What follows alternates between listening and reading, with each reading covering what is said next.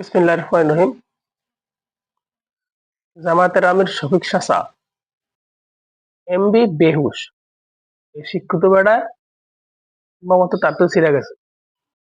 ওনারা এমবি বেহুশ বলে কইলাম কি লিগা? উনি যে অনেক শিক্ষিত লোক, মানে উনি এমবিবিএস পাস।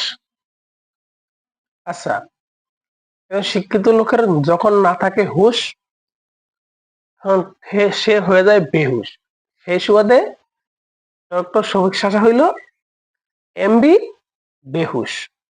এই ডক্টর শফিক চাচা এদিন একটা সমাবেশে বলছে, নারীদের দিকে যদি কেউ চোখ তুলে তাকায় তাহলে তার চোখ উপড়ে ফেলা হবে। উরি বাবা, বুঝলাম, ভালোই কইছে চাচা। চাচাই তো এখন ইসলামী দলের প্রধান, ওনারা তো ইসলাম কায়েম করবো, তা বলতেই পারে নারীদের দিকে অবৈধভাবে তাকাইলে তো কবিরা গুনাহ। কিন্তু দুঃখের বিজনক বিষয় হইল কি জানেন, এই যে বেহুশ কাকায় গতকাল কাবার সমাবেশে এক বেডিরে এমনি পাতা করে ধরছে। পাতা করে বোঝেন, মানে জোড়ায় ধরে আমাদের গ্রামের ভাষা কয় পাতা কইরা। যাই হোক, চাচায় এই চাচা হইলো বেহুশে আবার কি দিলাম, দুইটা গেল, একটা গেছে। তারপর চাচারে বেহুশ ক্লিয়ার করলাম। চাচায় উনি এখন হইলো বিএনপির চেয়ারম্যান তারেক রহমানকে নকল করতেছে। অনেকে বলতেছে তারেক রহমানের নাকি এই যে এমবি বেহুশ শফিক চাচা, ওনার সাথে শিক্ষাগত যোগ্যতা অনেক কম। হ্যাঁ, আচ্ছা, মানে এই শিক্ষিত চাচায় তাহলে অশিক্ষিত বেটার নকল কি করতে করে?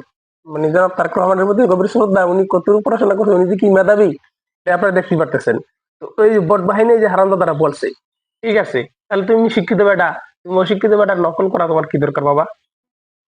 আচ্ছা, আপনি এতদিন হেলিকপ্টারে দৌড়াইছেন, বিমানে দৌড়াইছেন, জাহাজে দৌড়াইছেন, এখন তারেক রহমানের দেহে দিয়ে আপনার 5 বছর দইব কেন? আবার ওই যে তারেক রহমানের মানে সে একটু ভালোবাসা দিতে আছে, আপনি ভালোবাসা এখন আবার তারেক রহমানের যে কাজগুলো করে কাজগুলো নকল করতেইব, মানুষের প্রতি দরদ আপনার উতলায় উতলায় পড়তে আছে দেখাইতেইব। চাচা এগুলিকে আমরা দেখতে চাইছি, শুনে চাচা, আপনি মানুষের ভালোবাসা দেখান আর যাই করেন। আগে আপনার যে বট বাহিনীর দল আছে, এই যে মিথ্যাচার করে, বিভিন্ন জায়গায় আকাম কম করে, এবারে বালা করেন, আর এই নকল রাজনীতি বন্ধ করেন।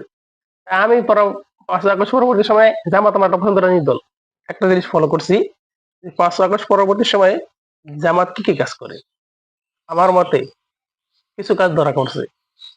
প্রথমে যে কাজটা আমি ফলো করছি এটা হইলো, ওরা প্রচুর পরিমাণে মিথ্যাচার করে। দ্বিতীয়ত, ওরা ইসলাম বিদ্বেষী। তৃতীয়ত, ওরা নকলবাজ। তাহলে তিনটা।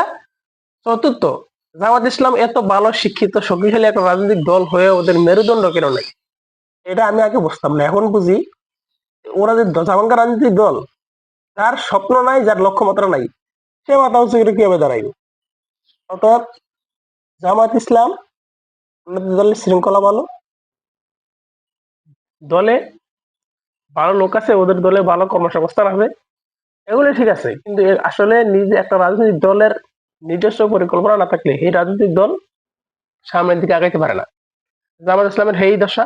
তো যাই হোক, জামাত ইসলামের জন্য শুভকামনা। নকল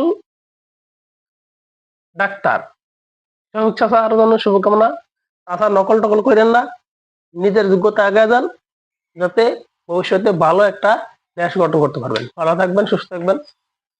আল্লাহ হাফেজ, সকলকে ধন্যবাদ।